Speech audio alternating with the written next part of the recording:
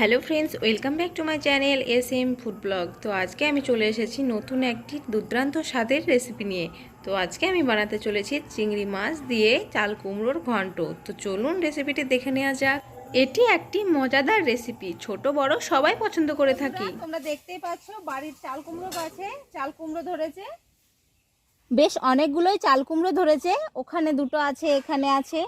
এই বড় কুমড়োটা আমি কেটে নেব।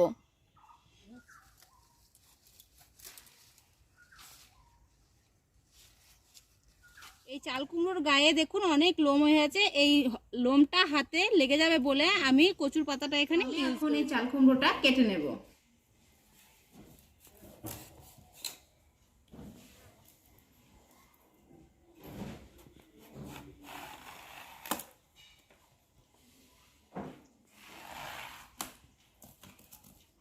এবার আমি মাঝে থেকে কেটে নেব। কুমড়োর খোসাটা ছাড়িয়ে নেব।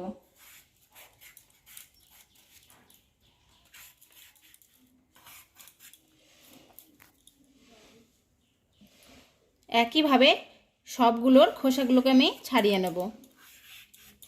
এখানে সব কুমড়োর পিসগুলোর খোসা ছাড়ানো হয়ে গেছে। এবার আমি ছোট ছোট টুকরো করে নেব।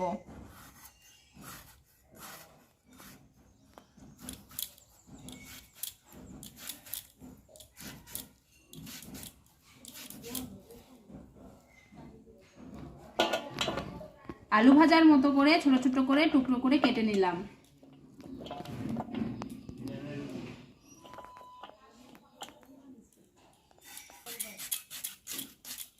একইভাবে সবগুলোকে কেটে নেব। তো বন্ধুরা, এখানে কুমড়োটাকে কুচি কুচি করে কেটে নিয়ে পরিষ্কার করে জল দিয়ে চিংড়ি মাছ দিয়ে চাল কুমড়োর ঘন্ট বানানোর জন্য এই চিংড়ি মাছ পরিষ্কার করে জল দিয়ে ধুয়ে নিয়েছি। এবার এর মধ্যে আমি দিয়ে দেব পরিমাণ অনুযায়ী লবণ, আর দিয়ে দেব পরিমাণ অনুযায়ী হলুদের গুঁড়ো। ভালো করে হাত দিয়ে মাখিয়ে নেব। 2 মিনিটের জন্য আমি ম্যারিনেট করতে দিলাম। তো রান্নাটা এখন শুরু করা যাক।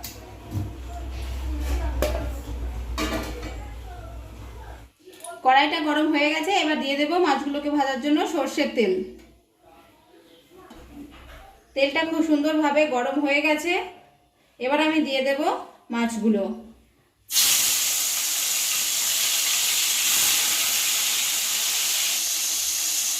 এই চিংড়ি মাছটা আমি বেশিক্ষণ ধরে ভাজবো না। যদি বেশিক্ষণ ধরে ভাজা হয় তাহলে এই চিংড়ি মাছটা শক্ত হয়ে যায়। তো আমি 30 সেকেন্ড নাড়াচাড়া করে নিয়ে নামিয়ে নেব। মাছগুলো ভাজা হয়ে গেছে, এবার আমি নামিয়ে নেব।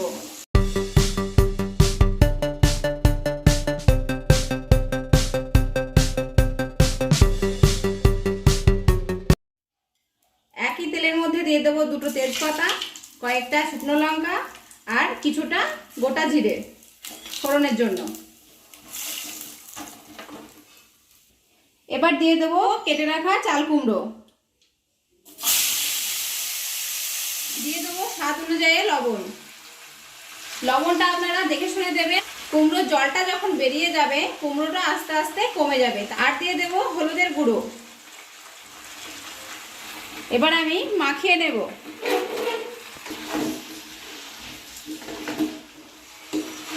কুমড়োটাকে আমি ভালো করে নাড়াচাড়া করে নিয়েছি। এবার আমি এটাকে 5 থেকে 10 মিনিট ভালো করে সেদ্ধ হওয়ার জন্য ঢাকা দিয়ে দেব।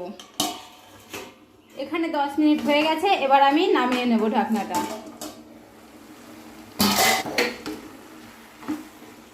এবার আমি এই কুমড়োটার মধ্যে দেব ভেজে রাখা চিংড়ি মাছ।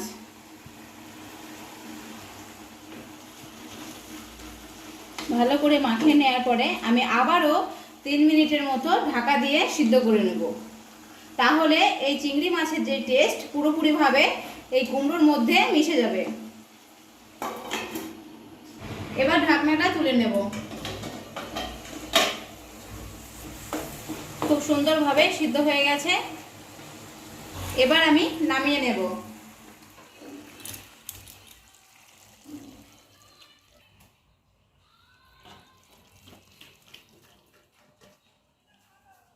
আমি আবারও গ্যাসের ওপর কড়াইটা বসিয়ে দিলাম মশলাটাকে ফ্রাই করার জন্য। কড়াইটা গরম হয়ে গেছে। এবার আমি সরষের তেল দিয়ে দিলাম।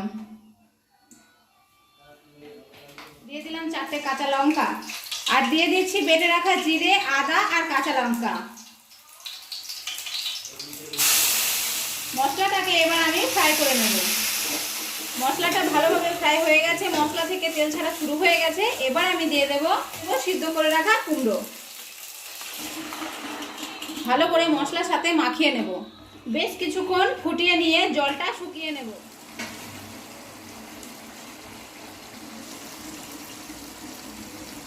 এবার আমি দিয়ে দেব কিছুটা পরিমাণ আটা,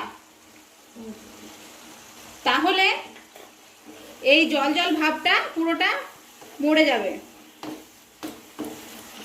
কয়েক দানা দিয়ে দিলাম চিনি।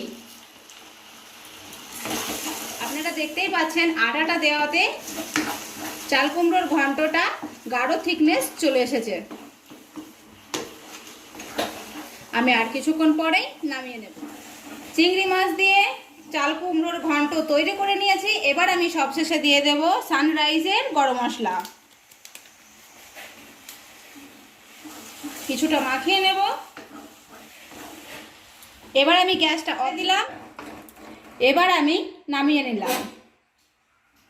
তো বন্ধুরা, আপনারা দেখতেই পারলেন আমি খুব সহজে অল্প সময়ের মধ্যে বাড়িতেই বানিয়ে নিলাম সুস্বাদু চিংড়ি মাছ দিয়ে চাল কুমড়োর ঘন্ট। তো এইরকমভাবে আপনারা একবার হলেও বাড়িতে তৈরি করবেন। আশা করছি ভীষণ খেতে ভালো হবে। তো এই ভিডিওটি ভালো লাগলে লাইক, শেয়ার, কমেন্ট করবেন আর অবশ্যই করে সাবস্ক্রাইব করতে ভুলবেন না।